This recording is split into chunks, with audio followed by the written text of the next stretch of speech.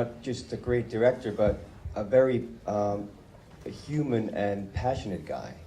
And every time he came on set, he gave you a hug and a kiss. Myndin fyrsta mynd í seríu sem að fjallar Sólveigu Karlsdóttur sem sem sagt rithöfundur og þetta heitir þýsk mynd, Íslandskrimi og þetta fyrsta myndin. Við erum búin að skjóta 2 og þetta fjallar sem sagt rithöfundin Sólveigu Karlsdóttur sem að þessi mynd fjallar sem þetta. Hún fer heim til Ísafjarðar eða vestur, þetta Grundarfjörður og til þess að taka svona við móður sinni sem að aðeins byrjuð að svona keksa út.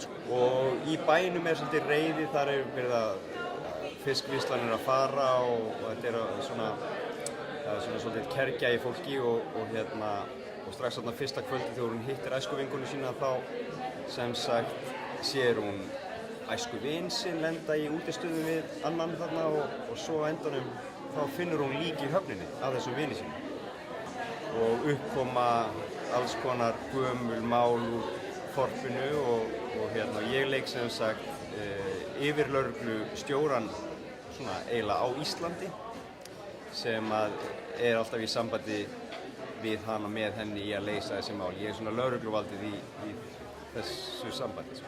It's a big test tonight because we are not really sure if we are really authentic Icelandic. I was always fascinated by your country, by the landscape and the dark side and the mystic side. So yeah, I thought it would be perfect for putting a crime up there. Ég hef alveg upplifað það áður sko og þessi leikari sem leikum í þessari mynd alveg þrjusugóður. Hann einn af bestu dubburum í Þýskalandi, mér sagt sko.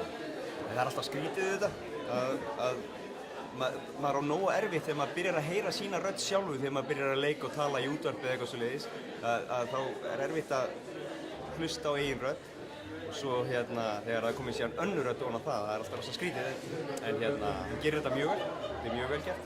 The second one on TV it comes like 1 week later, so yeah, it's still finished and it's all set up.